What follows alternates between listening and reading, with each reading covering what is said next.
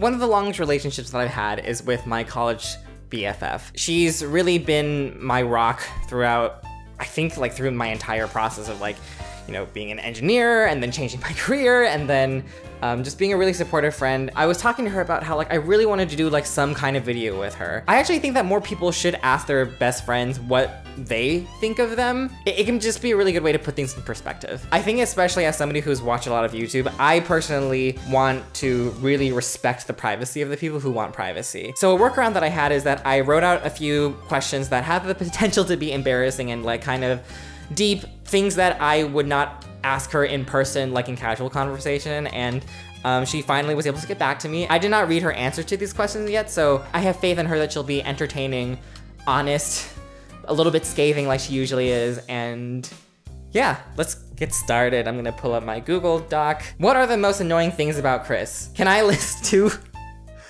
LOL. The first one is that his emotions are always smack bam on his face, which is great that he's comfortable with it, but sometimes interactions can get awkward and I have to settle out the creases, you know? I'm sorry, I can't hide it. I have a really hard time hiding my emotions. I'm getting better about it. The second one is probably the most annoying. His 1-2 word replies to my long messages / texts. I feel so unloved. Christopher Lamb, please reply to my essays with at least a sentence, thanks.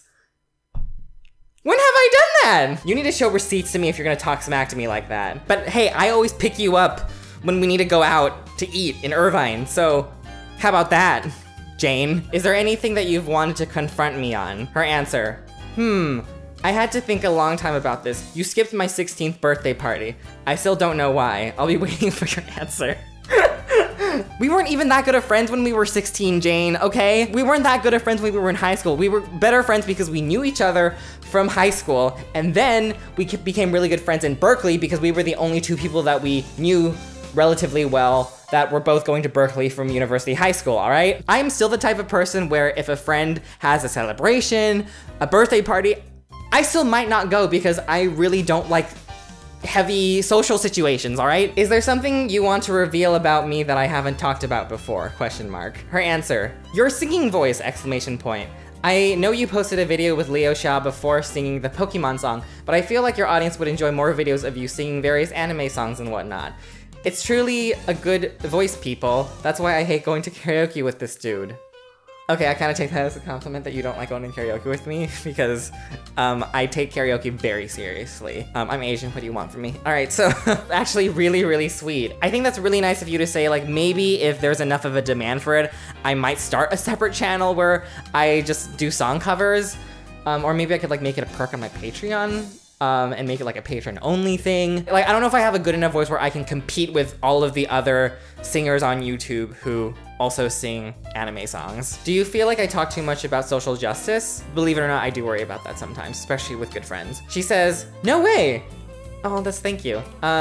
I always leave our conversations feeling like I learned a lot. I think you really pushed me to recognize my own biases and confront them, especially with the current state of our country. I think people need to stay aware of social justice issues and discuss them with people around them. Oh, thank you. That's really nice. That's actually really, really comforting to me. Favorite memory about us? There's too many. I guess this wouldn't be a memory, but more of a routine we have. I remember back in the day when I introduced you to Life 360. This is not a commercial plug. And we decided that this was a great way for me to track you on your dating adventures. Adventures in quotation marks. They're adventures, all right. That's why I post them on YouTube. I'll never forget our initial conversation. Me. So if you go missing, do I call your mom or not? You. Thinking seriously. I think it would probably be best to call my mom and the police. This was way back when you were still new to the Grindr scene. Now you're a pro. I'm not a pro. If I was a pro, I'd be getting more dick, let me tell you. What was going through your head when I accidentally came out? For those of you who don't know, I actually came out to her. She was the first person that I came out to. I was so surprised. JK. It was more like, oh, finally, and we know. I actually imagined the big reveal as a sitting down and you wanting to tell me something majorly important. But really, we were waiting for your grand exit from the closet because obviously as your best friend, I didn't want to go in and break that closet door down when you weren't ready. Thank you. I remember when I came out, before I was being like so stealth about like, oh, you know, like people don't know. I'm doing such a good job, I'm an actor, you know, I wasn't. Is there anything I can do to make your heart rest easier? Your life run smoother, question mark?